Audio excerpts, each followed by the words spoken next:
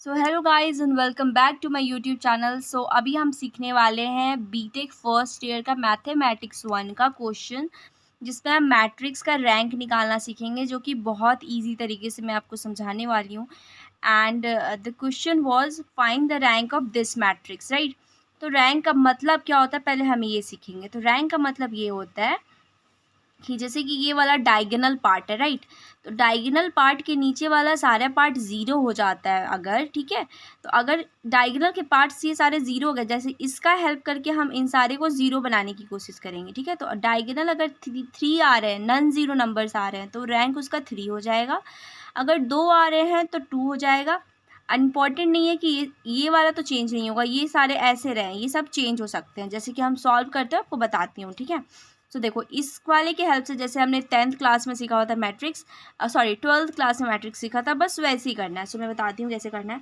जैसे कि हमें इसमें से कितना माइनस करना होगा, 2r2।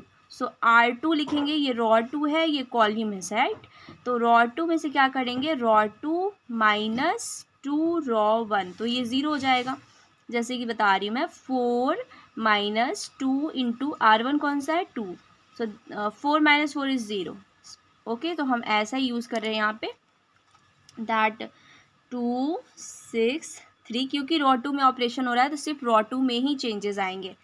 सो इसमें से इसको माइनस करते ये 0 हो गया। 2 में से हम अगर 12 को माइनस करेंगे, राइट, 2 माइनस 2 इंटू 6, तो कितना हो गया, -10। एंड ये क्या बचा, 2 बचा, तो 2 में से हम कितना माइनस करेंगे, 6, तो कितना बचा, -4, राइट।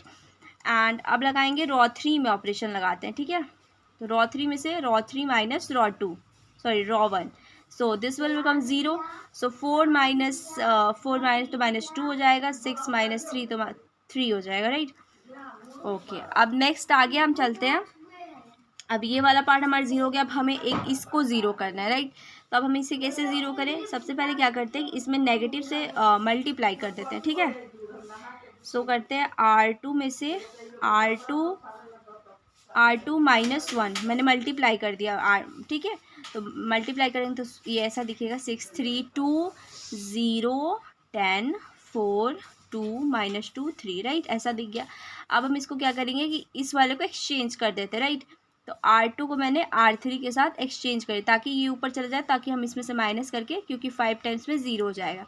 तो इसको आपको ऐसे ही सोचना पड़ेगा, क्योंकि आप जब धीरे धीरे सॉल्व करना स्टार्ट करोगे, अपने बुक के एक्सरसाइज से सॉल्व करो, तो आप बहुत ईजिली सॉल्व कर पाएगा। प्रैक्टिस मैथ्स में बहुत इंपॉर्टेंट होती है।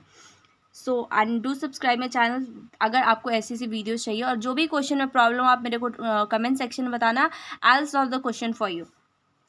सो अब हम इसको चेंज कर दिया, तो ये ऐसा हो जाएगा, ठीक है। अब जिस वाले का लिखा हुआ है उसी में चेंजेस आएंगे, बाकी किसी में चेंजेस नहीं आएंगे। अब देखो मैं इसमें कैसे ऑपरेशन लगा रही हूँ। r3 में से क्या कर रही हूँ मैं, r3 प्लस 5r2, राइट। अगर 5r2 कर देती हूँ, देखो कैसे होगा, 10 हो जाएगा r3 प्लस 5 इंटू -2, तो कितना हो रहा है, ये 0 हो रहा है ना, राइट। सो हम ऐसे ही सॉल्व करेंगे, दैट 2 6 3 0 -2 3, मैंने बोला जिस जो रो यहाँ पे लिखा है उसी में चेंजेस आएंगे।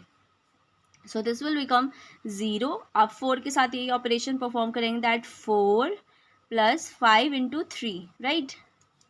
तो ये कितना हो गया, 15 एंड 4 19, तो इसको मैंने 19 लिख दिया। अब बताओ मुझे, ये डायगोनल के नीचे वाला पार्ट सारे 0 हो गए, राइट। तो ये पार्ट 0 हो गए, और डायगोनल में कितने एलिमेंट्स है, कोई नॉन जीरो एलिमेंट नहीं है, ये भी 2 -2 और 19, this all are a number, that's why rank of matrix is 3। And इसको हम ऐसे भी लिखते हैं, दैट रॉ ऑफ ए, अगर इस मैट्रिक्स को आप ए लेट करते हो, राइट, तो rank of matrix A, rank इस ऐसे नोट करते हैं, इसको 3 के बराबर कर देंगे, and this will our answer. And इस चीज़ से आपको 7 मार्क्स आपके क्वेश्चन में मिल सकते हैं, एंड जो जितने भी मार्क्स का क्वेश्चन हो। सो ये एक बड़ा मार्क का क्वेश्चन है, 7 मार्क्स में ही क्वेश्चन आएगा। सो अच्छे से समझ लो, and do subscribe my channel.